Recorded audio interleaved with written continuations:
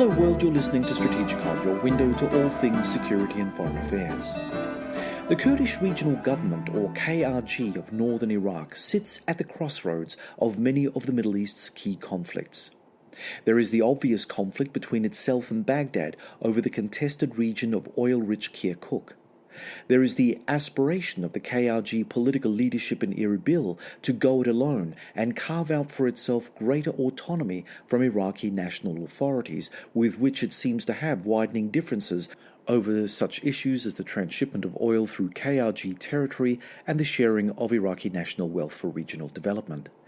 Then there are the international issues, such as the KRG being seen as the torchbearer of Kurdish nationalist aspirations, linking up with other Kurdish nationalists in Turkey, Iran and Syria. Today we are joined by regular guest Professor Albert Wolf, who has recently moved from Afghanistan to the KRG. Albert is now Dean, College of International Studies, the American University of Kurdistan, Dohuk, Iraq, where we will talk about the KRG, Iraq, Iran and Syria. Also joining us today is SIA's Associate and Resident Existentialist Philosopher, David Olney. Before we start today's episode, I would like to remind listeners that Strategikon can be found on iTunes, SoundCloud, Stitcher, TuneIn, YouTube, and on the Sage International Australia website, www.sageinternational.org.au. Albert, welcome back to Strategikon for this, our 50th episode. It's great to be back, and it's great to be on this special episode. Thank you. And a hearty welcome back to our existentialist philosopher, David Olney, who has just managed to pull himself away from his teaching commitments at the University of Adelaide for this milestone episode. Greetings, David. Thank you to be here on this auspicious occasion. And tomorrow I start marking, so this is the end of the good bits. Let's start off with a hot-button contemporary issue. It has been said that this year Baghdad lost some $5 billion in revenue because the Iraqi government of Hadi al Amiri refused to make a deal with the Kurdish Regional Government, or KRG, over exporting oil from the contested area of Kirkuk. This can't be good for a weak, fragmented Iraqi state. How are issues like this seen from the KRG's perspective, Albert?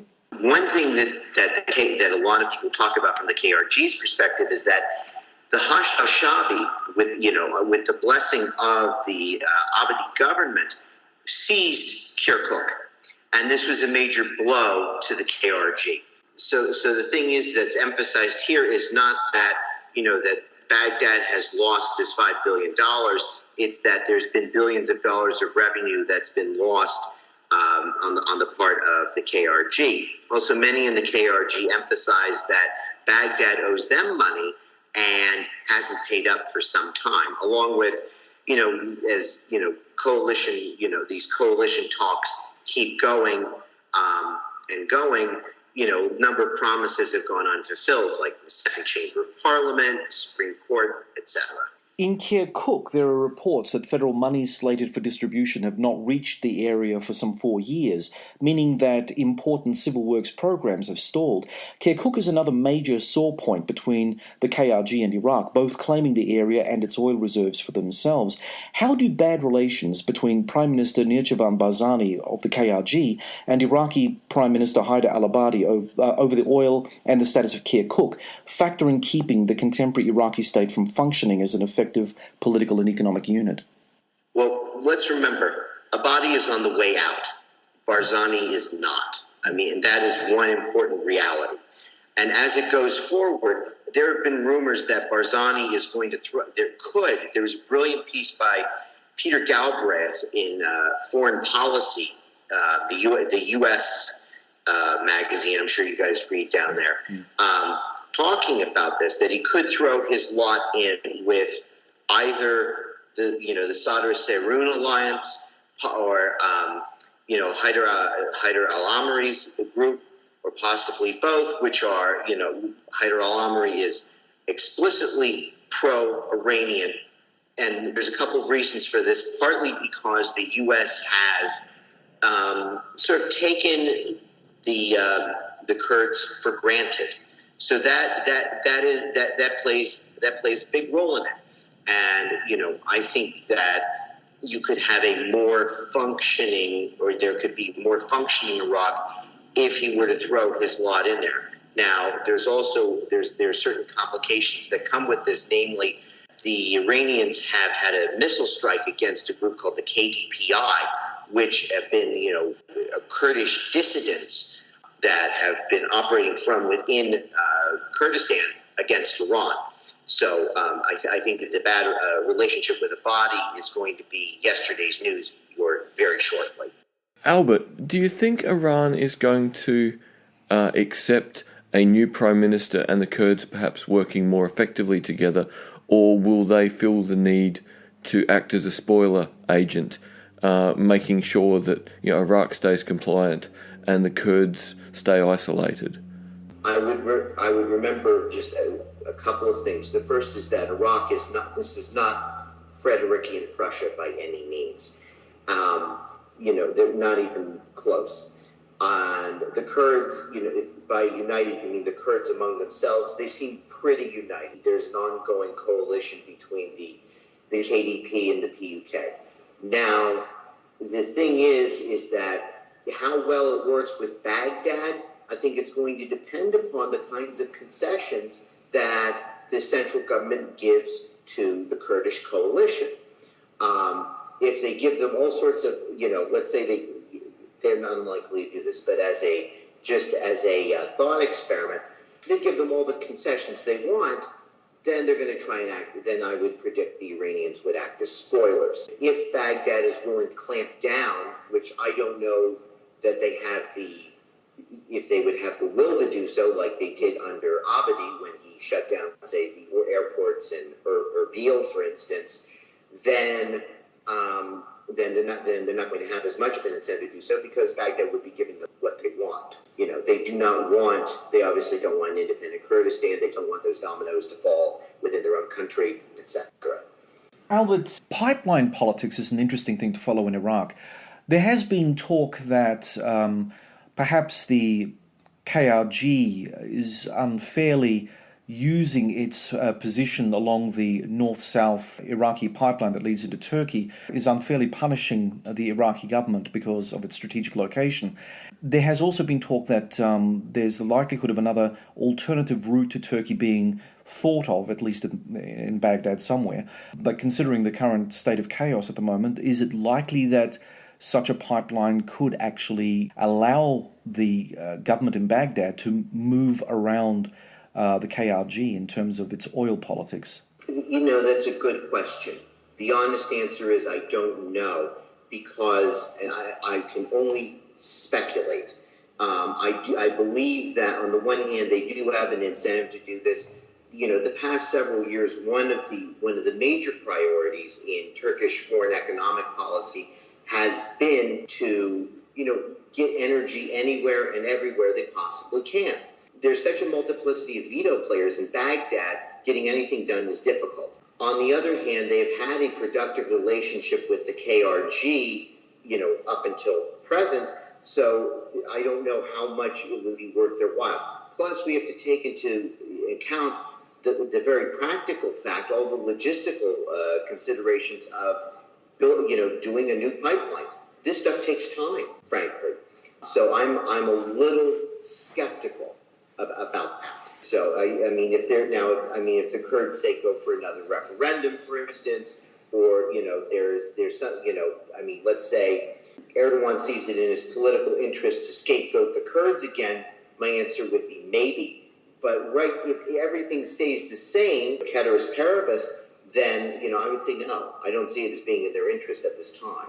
Based on the complexity of undertaking a project like a big new pipeline, is there any evidence at the moment of infrastructure projects going ahead to sort of re-equip the Iraqi economy for functioning within a broader regional economy? Or is it that there are just too many spoilers in Baghdad and nearly no big projects get started, immaterial of who they benefit? To tell you the truth, not that I am aware of, and this is part of the problem, is that a lot of people who do comparative political economy go back and forth on the resource-rich curse, whether it exists, how much it exists, what its effects are. and I've had mixed feelings on it. But I do believe that in the Iraqi case and living through it, you see it every day. Clearly Iraq is not Dubai, and you're not seeing the big infrastructure projects. You're not seeing anything along the lines of, say, in the U.S. We had the Civilian Conservation Corps, for instance. You're not seeing the building projects like you saw in Dubai, or like you see in Dubai, or that you see in a place like you saw in Spain for years, or even with the Palestinians for years before their economy just fell apart due to war and things like that. So, no, we're not seeing that. And part of it is spoilers, but part of it, I think, is just rent-seeking. Okay, so, whereas we saw with sort of Chechnya and with Russia in Grozny, that it was in their interest to find the money to rebuild it because it was a way to pacify a population. No one's realised here that actually if you got on with a building boom, you could give a whole pile of young men something to do, an income, social status, and actually reduce a lot of political tension. The rent-seeking is so bad it can't get started. Right. Okay. Right. No, I think you're absolutely right on that. Mind you, though, returning to what I was saying before with regard to civil works programs having stalled in the KRG, I mean, if that's even remotely true, then of course that will prohibit the government from moving forward in a positive way in that sense, wouldn't it? I mean, to diversify the local economy. Okay, Albert, since moving to Iraqi Kurdistan, what can you tell us about your observations so far? In Australia, we hear very little about the region since the demise of ISIS in Iraq. Is the situation really under control? Have ISIS forces been thoroughly defeated within Iraq? Is there a residual ISIS presence there? And if so, what threat does it pose? Well, living in the KRG, it's very safe. I haven't faced any problems whatsoever. I can travel around freely. I can go out at night. You remember, I used to live in Afghanistan. It's like night and day. Now, going to Mosul is a different story, which to say it looks like Berlin after the war is, somewhat of an understatement. It's been devastated and remains somewhat devastated. Right now, the story is that ISIS has been, done and dusted. But there is a concern, and this is coming with, what's going to come next with Idlib, is that we could get ISIS-2 or some successor to ISIS. And a concern that I have is that with another a big refugee crisis can come big support for, the remnants of ISIS that lived in, that were in Syria and could come across into Iraq again. That's a personal fear and concern. Albert, if there's a fear potentially of a refugee flow back across the border and bringing back ISIS 2, 3, 4, that raises the question, what's happened to units like the Golden Brigade that were so important in Mosul? Is there a presence across Iraq? Are they busy preparing to enhance the level of security? Or have units like that been recalled to Baghdad in barracks sort of peeling grapes and eating dates? The honest answer, I would love to give you a better answer than this. The honest answer is that I do not know what has happened with the Golden Brigades. I think that they've been overstated I think that they got the best analogy I have is sort of like the Free French in the Second World War. They got a lot of the glory for the work that the communists did. And, as reprehensible as the Hadi al Shabi is, they did a lot of the work. The Peshmerga did a lot of work too. I don't know what the Golden Brigades are doing now. I have no idea. I know that the Peshmerga just received assistance, I believe, from the Dutch and German, the defense ministries to work on professionalization, for example. The Peshmerga, the Hadi al Shabi, as you know, are divided. There's 7 big divisions among, I don't mean military divisions, I mean 7 almost political divisions among the Hashd. I don't know how those play out in the event of a recurrence or a return of ISIS. I honestly don't put a lot of faith in the Golden Brigades because of their past performance. You just answered my question really, really well, because that was my assumption from how little we can find out here. That what you're really seeing is the cohesive cultural groups that put together hardcore militias are, of course, still functional. the artificial confection of a state that doesn't really function has, of course, vaporized. So thank you for actually answering that really well. Thank you. Albert, has the effectiveness of the Kurdish militia, the Peshmerga, against ISIS translated into improved border security between the KRG and Syria, which has long been known to be a route for jihadists moving within the northern Iraqi space into Syria? Honestly, as far as I know, no. Now, I don't know of a ton of people coming in from Syria, but I don't know if it's because they're busy fighting in Syria or it's because they've been destroyed. But I have a colleague who goes regularly into Rojava using a taxi cab. So, I'm quite serious. I mean, he just goes, does field research without any sort of a hassle. So, and he's urged me to go, and I've politely declined. And I mean, it's just my gut. I mean, not having gone there is no, I don't believe so at this time. We're very glad that you politely declined. Yeah. So am I. Hey, listen, we could do Strategikon out of Rojava, yeah? Well, you're welcome. You're welcome to. Oh, yeah. And I believe if you gentlemen are interested, Iraqi Air has started flights back to Damascus. So wow, nice. I can't guarantee you any special rates, but I mean, you're welcome to take that trip if you really bent on it. So. Thanks very much for your kind offer, but no, we're quite nice and safe here in Adelaide. We just have too much. We just have too much excess luggage with the armoured car. Indeed. Look, Albert, as alluded to earlier, the relationship between the KRG and Baghdad is strained. Much of this is to do with the sentiment being held by the people of Iraqi Kurdistan that they could go it alone, that Baghdad has always been a force of oppression rather than a natural ally of Kurdish aspirations. Do you think there'll be a time when the de facto autonomy of the KRG becomes a reality, officially recognized as true independence from Baghdad? And if not, why not? I don't. Well, there is. Well, as you said, there is de facto autonomy. I do believe that last year, after the referendum, Baghdad did show its teeth in a way that surprised a lot of people, myself included. When Abadi shut down the airports in places like Irbil, that surprised me. I didn't think that Baghdad had that kind of strength, quite frankly.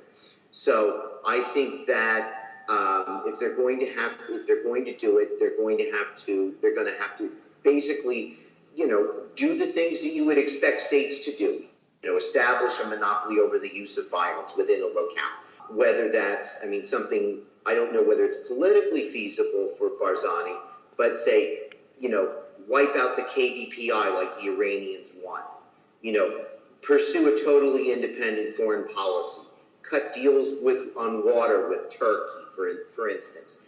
All these sorts of things. And one thing important to remember, the U.S. is building one of the largest consulates in Irbil, one of the largest consulates in the region in Irbil. Now, that's not an embassy, but in some ways it's an embassy. So, but do I think they're going to get, autonomy in the way that they want? No. I think that they can get, but I think that the coalition talks, they can get concessions. This seems very interesting because the first thing that popped into my head there is sort of Somaliland and Puntland, where they'll never ever get independence. But because of the state of the rest of Somalia, they can become a place that people want to live because of the consistency of the life they can have. How do you think it might be if they can continue sort of this, de facto autonomy for Iraqis from tiny minorities? Would the idea of being under a stable Kurdish umbrella, feel okay to the remains of the Yazidis, the remains of the sort of obscure Christian groups, who've been through hell when IS was in control? It's a good question. I don't have an answer for you. Okay. Because, frankly, I've seen the IDP camps, and on the one hand, it is generous to give these people places to live after the hell they've been through. But if you ever see an IDP camp, it looks like a prison. Okay. They are not pleasant places to be in. They're not pleasant places to live in. And and the Yazidis are scattered. And I don't know any, but I still believe that they are treated very poorly here. So I don't know what the future brings for them. Albert, while the idea of a united Kurdish people resonates strongly among the Kurdish people of Turkey, Iran, Iraq and Syria, the entire Kurdish area, largely straddling these four principal states, is one known as a hotbed of anti-government activity. Recently, the Iranians went hard against their own Kurdish population. Can you tell us something about this incident? Well, a couple of things. Even though, it's important not to overstate how homogenous these Kurdish peoples are. There are Kurds that are scattered, yes, throughout Syria, Iraq, Turkey, obviously, Iran. There's some in Armenia, but it's not like it's one actor. And there was a brilliant piece that came out in Middle East Journal back in 2016 that was talking about the battle for ISIS. That there were some of these the militias in Syria were willing to do fighting that the Peshmerga weren't, simply because the Peshmerga faced different threats than groups like the YPG did, right? So that's just one point I want to emphasize. It's not one actor, and I think putting them all together would be very difficult. In Iran, I think you have another set of problems coming together. Part of it is analogous to what happens in Turkey, where there is some evidence. Barbara Walter at UC San Diego has pointed this out. Ethnic dominoes do fall, that where they see, where you have a multi-ethnic state and a group of the same ethnicity gets independence, it's likely that the next group will get independence. That's one thing they're worried about. Another thing that they're worried, or I would guess that they're worried about, is that, Iran has had no shortage of domestic upheaval lately. Now, it's been largely driven by the economy, and all the slogans about no Palestine, no Syria, focus on Iran, and things of that nature. I think it's been as much about that and trying to keep the country together. And of course, the third point to remember, Iran has not had a census since 1971, and there is a delicate game that they play with ethnic politics in terms of how much do we go for this Persian nationalist stuff, because the Velayat-e Faqih is the governing concept of the Iranian regime. It's not Persian nationalism. Part of the thing you have seen recently, Sfandiar Mashai, right-hand man of Ahmadinejad, is getting it in the neck right now. It's a big signal to Ahmadinejad, and it's largely because he's a real Persian nationalist. He's not a guy who is a theocrat, so to speak. And, they, don't know, either willfully or they're just ignorant, how many Persians are in that country. If they did a real census, you could find out that that Persians are a minority. So clamping down, they have multiple incentives to clamp down, in my view. Since the toppling of the Sunni dictatorship of Saddam Hussein in 2003, the Shiite national government of Iraq that replaced it has strategically aligned itself toward Iran. But there are some who believe this is a simplistic notion, that Washington still holds some influence in Baghdad, capitalizing on non-sectarian Iraqis wanting to recreate a unified Iraqi state. Of course, the idea of a strong, non-denominational Iraq may well be a good thing for many Iraqis, but the Iranian theocracy over Iraq's eastern border would see it otherwise.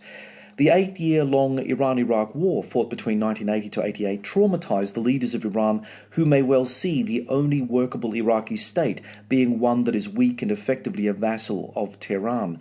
In a tussle for influence between Washington and Tehran over the future of Iraq, where do you think the real power lies? Boy, is that a complicated question. Yeah. Part of it is going... Somebody once said that this is a little bit of a long and roundabout way of answering this question. It says that whenever a government is being formed in Israel, the United States is always sitting at the table.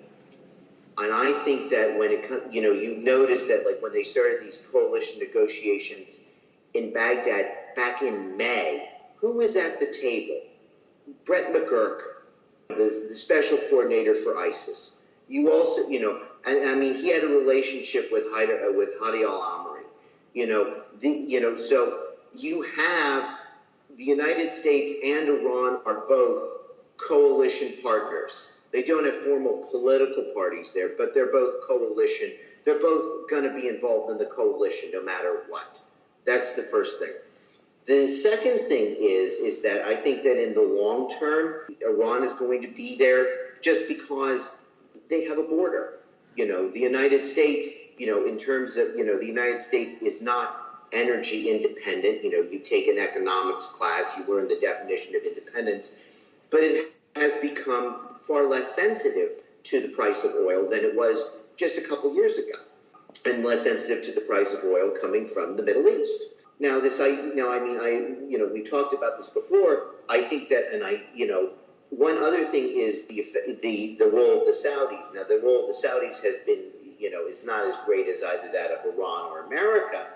But an idea that I think would work, or would certainly mitigate the security dilemma, would be a Finlandized Iraq.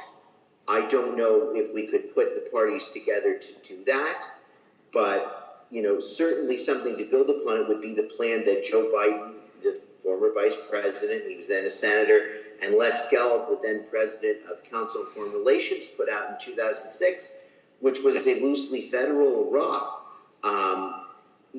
I think that is something that is worth visiting. Is a truly Finlandized Iraq that it basically has a neutral or an Austrianized Iraq, something similar to what we had during the Cold War for a very long time.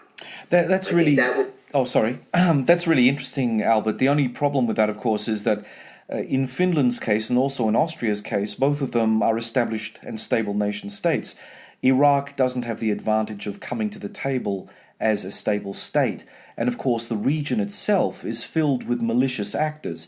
Of course, we're talking about Iran now and also Saudi Arabia. I mean, the blood feud that's going on between those two countries, using Iraq as its chessboard, essentially, to carry out some really awful acts on the ground in the Iraqi state.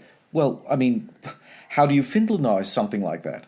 Well, I think there's a couple of ways to do it. I mean, obviously, in the past few weeks, the Israeli defense minister has said, or has toyed, publicly toyed with the idea we're going to retaliate against Iran in Iraq, things like that.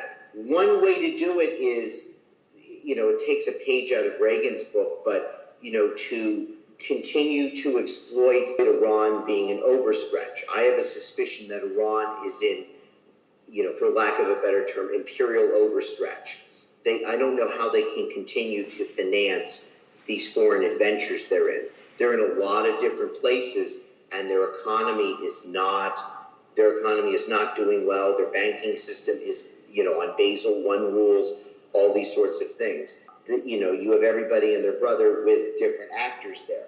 If you can get them to agree to pull out or at least sustain some sort of a truce, that's one way. The second thing is to basically, almost give the different regions so much autonomy. That would be another way.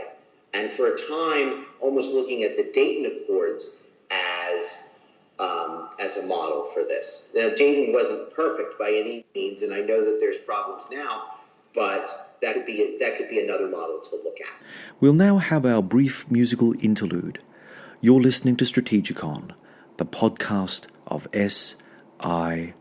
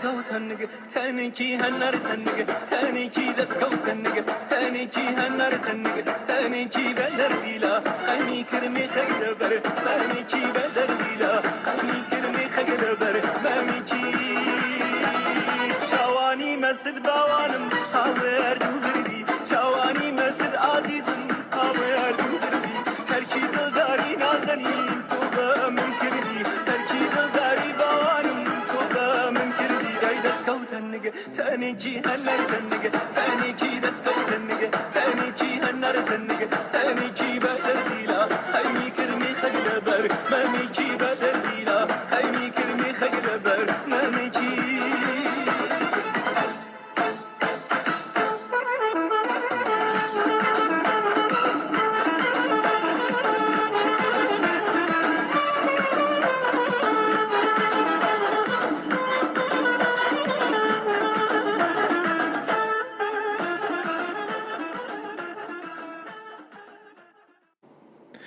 And that was Kurdish musician Jamshid with his 2009 hit Taniki. And now we'll return to our episode A Postcard from Irbil, featuring Professor Albert Wolf. Overstretch is a really interesting idea here. We were talking about it, before we called you this afternoon, and that is, well, what happens in Syria next, where the Iranians are overstretched, the Russians are overstretched. You end up potentially with Damascus being theoretically in control, but having no resources to do anything. So if the Iranians are going to have to pick between Syria and Iraq, their capacity to influence either may gradually be diminished. And if Saudi Arabia keeps moving down the path towards both reform and repression in unequal measure, how much energy is it going to have for interference? There's all sorts of interesting questions here of how long the neighbourhood can keep being at this level of overstretch. That is a terrific point. I think that the Iranians are really banking on making a lot of money out of Syrian reconstruction. I am not convinced that that money is there. I don't think that my sense, and I'm not a Russia expert, my sense is that the Russians aren't. I think for the Russians, this is more about, they want to reassert themselves in the region, and it's also about status. But I really think that I'm truly convinced that the Iranians really think that they are going to they're going to make their investment back. I'm not so sure that's there. I think that if they're absolutely forced to choose, they're going to choose Iraq simply because it's right next door. And I think that they're going to try and continue to have this maybe principal agent relationship with Hezbollah and the various franchises that they've set up in Lebanon and throughout Syria to deter Israel. That's my guess. So the irony with that is that potentially they keep their influence in Iraq, but Syria becomes more destabilized, meaning the Russians have to act there without the Iranians bringing local knowledge. So we potentially move the point of instability initially from Iraq to Syria, back to Iraq for a while, and then back to Syria. So it ends up being like a flip-flop of disaster. Well, I don't know how unstable it's going to be, because you've noticed that you just saw the interception of that Israeli missile attack. I think that Syria could become a little more stable I don't think that Syria is going to be what it was before the Arab Spring. I think you're going to see pockets where the regime, controls things again. I think you're going to see pockets where it's going to be localized rule. And then I think you're going to see pockets where it's going to continue to be contested for some time. And I think they could, this is again, a working hypothesis. I could see somebody like Assad trying to cut deals similar to what Putin cut in Chechnya, where they cut a deal with a thuggy warlord who, sort of kisses the ring of Damascus but does whatever he likes. One thing that hasn't been mentioned so far is Anbar province and how that's situated now within the sort of broader Iraqi framework. Arguably, since the high point of America's intervention in Iraq, Anbar has been the crucible of a lot of problems and the sort of sectarian rebalancing between the Sunni Arab sort of sub-state of Anbar province versus the Shiite majority in Iraq. How do you think a Finlandized Iraq could move forward when there doesn't seem to be much holding the Shiite rump of Iraq together with the Sunni rump of Iraq? We can't even begin to describe the relationship with the KRG, which is, doing its own thing anyway. So how could even a Joe Biden-style loose confederation work under these conditions where so much blood and treasure has been spent by local forces killing each other for, over a decade now? Well, I think that one of the things that made the Biden plan work, was the surge. We did have elements of the Biden plan put in, even without calling it that. Now, I've heard people, I just forgot her name, the woman works at the Woodrow Wilson Center, but who said, well, the surge failed because the entire purpose of it was to create a political space to create a negotiated settlement. And it's true that negotiated settlement never took place, but it also only had 2 years. And these settlements take a long time. I think that part of what needs to be done is we need to bring back the awakening councils.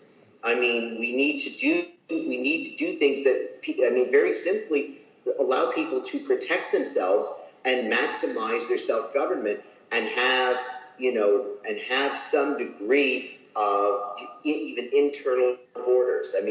I say Finlandized, I basically mean a neutral state. I don't mean it's obviously not ethnically or religiously homogenous, the way that Finland or Austria was, but it would be neutral and all parties would respect that so that it would stop being basically sort of a playground. I'm thinking you go back to Europe, Central Europe of the 30 years war and after, that's sort of what Iraq is like today. And it didn't stop being that way until, Central Europe didn't stop being that way until Napoleon came around and consolidated it from 300 to 30 German states. I don't know that would really work. I think that there needs to be decentralization. There also needs to be an oil plan. Let's just face it. Or the economy needs to change so radically that oil is relevant, which I don't think is going to happen very soon. So it's really a case of trying to get multiple local legitimacies, and if each little group has a little bit of local legitimacy and accepts we can either waste resources fighting next door or we can let them have their bit of local legitimacy, and as a whole stop killing each other because we're being left alone. So it really is neutral in the sense of becoming inward looking. Yes, precisely. Yeah. Precisely. Albert, another thing has just cropped up while I was listening to you and David, and that is Israel's position not just vis-a-vis Syria, because we know that that's an ongoing issue, but also with Iraq. The idea of a unified Iraq with its own sense of self has, at least prior to 1991, always been considered a bit of a threat to the Israeli state. And I suppose from a very general perspective, Iran and Israel shared that one strategic concern, what to do about Iraq. Now, of course, we don't have the dictatorship of Saddam Hussein to worry about. We have a potential sort of never-ending chaos, a quagmire, if you will. So how does Israel play into the idea of a final strategic settlement of the Iraqi issue to its satisfaction? And then what would you say about Israel's situation with regard to its northern neighbor, Syria? I would make a couple of points. The first is that, it wasn't just with respect to Israel and a unified Iraq. A big part of the problem was who was running Iraq. You look at, Israel, yes, had its share of problems with the Hashemites. But the big part of the problem was, Saddam and some of his immediate successors, some of the people who were running it post-58. It was not a unified Iraq per se. And then, they supported Kurdish independence up until a point. And then, whatever your stand on his politics are, Trita Parsi's a pretty good historian, and he's written 3 books. His first book details Israeli-Iranian relations, and One thing that made them fall apart before the Iranian Revolution was there was this operation in Kurdistan that basically the Iranians screwed the Israelis. They pulled out because of the Algeciras agreement. So the thing is that the Israelis were always concerned about a unified Iraq because of who was running it and their intentions. If you go back into the 1990s, there is a famous so-called neocon document you can look at easily, and it's like a who's who of neoconservative thinkers like Paul Wolfowitz, and I think David Vermser wrote it, called Securing the Realm, in which it called for regime change in Iraq, but trying to put the Hashemites back in. Now, it sort of looks like a Rube Goldberg idea. But I don't believe that a unified Iraq itself is a threat to Israel. The second thing is that, you know, if the more of a role that Iran plays in Iraq, that's going to be more of a threat to Israel. My guess is that is part of the reason why Israel was so willing to recognize Kurdish independence. Israel was like the only country that was willing to recognize it. Netanyahu all but got out and campaigned for it. And I believe that is a reason why the defense minister has said we're willing to retaliate against Iran within Iraq. To borrow a phrase, they're willing to use the long arm of, Israeli extended deterrence there. So, I take the Israelis at their word. So they're not just going to strike back in Syria, they're going to strike back in Iraq. The thing to watch out for is, will there be a diffusion of Russian, anti-missile technology, either on the part of the Russians directly or, indirectly from the Iranians to Iranian-supported groups within Iraq? That I can't answer. But I don't think it's about Iraqi unification per se. I think it's more about the loss of strength gradient that could be represented from a threatening Iraqi government. There is one thing that I'd like to mention, and I know it's a little bit outside of the realm of the topic, but everything in the Middle East seems to be interconnected in very strange and bizarre ways, as we know. One of the key issues that unifies pretty much all of the states of the Middle East to greater or lesser degrees is the issue of Palestine. Now, if one were to say that Iraq becomes stronger, its ability to weigh in on the Palestinian issue becomes then a thorn in Israel's side. Similarly, if, for instance, by some miracle, the economy of Iran manages to turn around, which allows the theocracy to buy better weaponry and forward deploy forces on a sustained basis, up against the Golan Heights, for instance, with their Hezbollah allies, that in itself is going to cause a major problem for Israel as well, because the Palestinian issue is the sort of cause célèbre in the Middle East and has been since the foundation of Israel. Weak state or strong state, if everyone wants to play into the Palestinian cause and the mythology of Palestine, how does any sort of situation in the Middle East from a balance of power perspective play to Israel's advantage? Well, I would make a couple of points. As it stands right now, I believe that a lot of states have used the Palestinians and their suffering very cynically. I don't believe that they really care. And I think that is particularly true of the Iranians. I think we're seeing that with the Gulf states, in which they're willing to ally with Israel. And you look at MBS, there have been all these stories about basically shoving any sort of a Trump administration plan down the Palestinians' throats. I don't think that there is a genuine caring about it. You look at some of the stuff that's been written in the past by guys like Michael Doran and people like that, and Yeed Said and people like that. I think that the Palestinian cause has been used for status reasons among them. I think that among the so-called Arab street, it's mattered. I think it matters less and less today. How it's used by the Iranians, I don't know, because I think it's also going to depend upon what sorts of defense technology they have at their hands. I think it is, if they could ship stuff to, say, Hamas or, anybody else there, that's useful for them. Or I was going to say Hezbollah, which obviously is not a Palestinian actor. with Iraq and working with the Palestinians, I don't know how well that's going to work. The last time they tried that, it ended up getting a bunch of Palestinians thrown out of Kuwait. So I don't know. I think that the Trump administration cutting off aid to the Palestinians is a huge mistake. It could provide some people, like the Iranians, with an opportunity to step in. A lot of people theorize it could, give Hamas an opportunity to step in.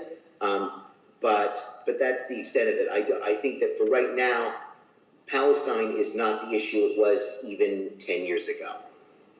Yeah, and really Iraq's issues at the moment are so immediate, whereas the Palestinians are stuck inside their walls.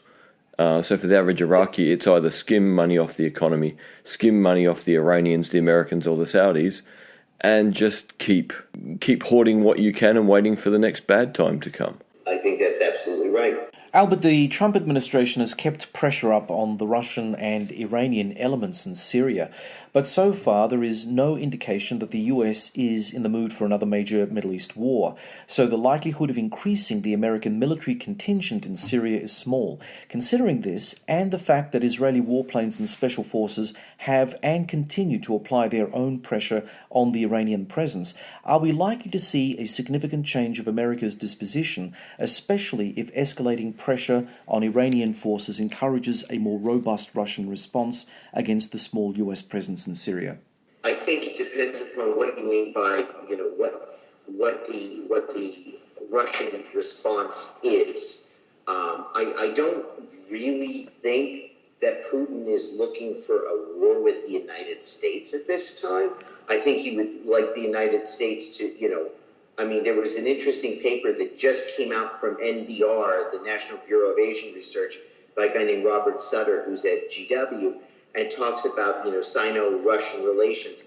I don't think that Putin is reckless. I think he's an opportunist. And I don't think that he wants a full-blown war. But I do think that he's willing to exploit a power vacuum that be left by the United States. A lot of war games that have been played with Israel and Iran have shown the United States getting chain-ganged into a conflict. I don't see the U.S. really fundamentally changing its position because, Trump, during the campaign said, pardon the vulgarity, but he said we're going to bomb the hell out of ISIS. But then sort of and then we're going to be done. We're going to clear, but we're not going to, as they say in the vernacular, we're not, hold or build, which I think is a mistake, but that is the president's prerogative. So I'm not sure that things are going to change very much in Syria for the time being. It seems from an outside perspective that the fates of Iraq and Syria are very much tied together.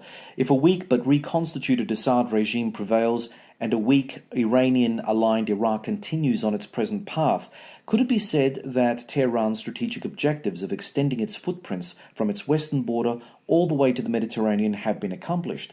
Barring a major war or an internal collapse of the Iranian theocracy, how do you think Israel, the Gulf states, and America would deal with this stark reality? I think they've already begun dealing with it in the form of, we hear talk of, first of all, of an Arab NATO. Now, I think that there are problems with putting together such a force, from all the problems that come with alliance formation and management, which have been well documented in the literature and international relations theory, to interoperability of forces. But I do think that we're seeing that. I also think that what Israel's been doing in terms of, Ben-Gurion used to call it the periphery doctrine. I think that, Israel is revisiting that. I think that you're going to see, Israel used to have a relationship with Iran to contain, a variety of Arab states or to outmaneuver them. I think that Israel is going to start doing things like that again, only vis-a-vis Iran. I think that's what you're going to see. The question will be, how involved is the United States going to be? And right now, we have an administration that seems, involved or says it's involved. We also have a very capricious president. And it looks like we also have, we had a defense secretary who was saying we should abide by JPOA, opposed pulling out, but then, but has also had a reputation as being real hawk on Iran, but he looks like he could be sacked after the midterms, and his potential successors look way more hawkish than he is. At the same time, we have a very capricious president who I'll be honest, predicting what he's going to do from hour to hour, much less day to day, is anybody's guess. The best guess is that what the U.S. could do with its Gulf Arab allies in Israel is simply containment. And yes, it does look like for the time, the Iranians could be winning and achieving their objectives in terms of getting this land bridge set up from Tehran to Iraq to Syria to the Mediterranean. David, any final questions for Albert? No, I'm just thinking about this land bridge idea that really, the longer Iran invests in it, the more it potentially starts to get gains. So if it's a case where it gets a little bit of time of being able to keep this in place, the longer it can stabilise it, it can show that it can provide the things that regional governments don't, that donors haven't, that the West hasn't. That, it's such a worthwhile thing for Iran to try and do. And in not acting now, we're missing a massive opportunity for genuine functional containment rather than pretend containment. I agree with that. And I mean, I don't think this would be anything on a par with like China's OBOR, but it could be something similar on a smaller scale that could do, basic things like provide jobs. Yeah.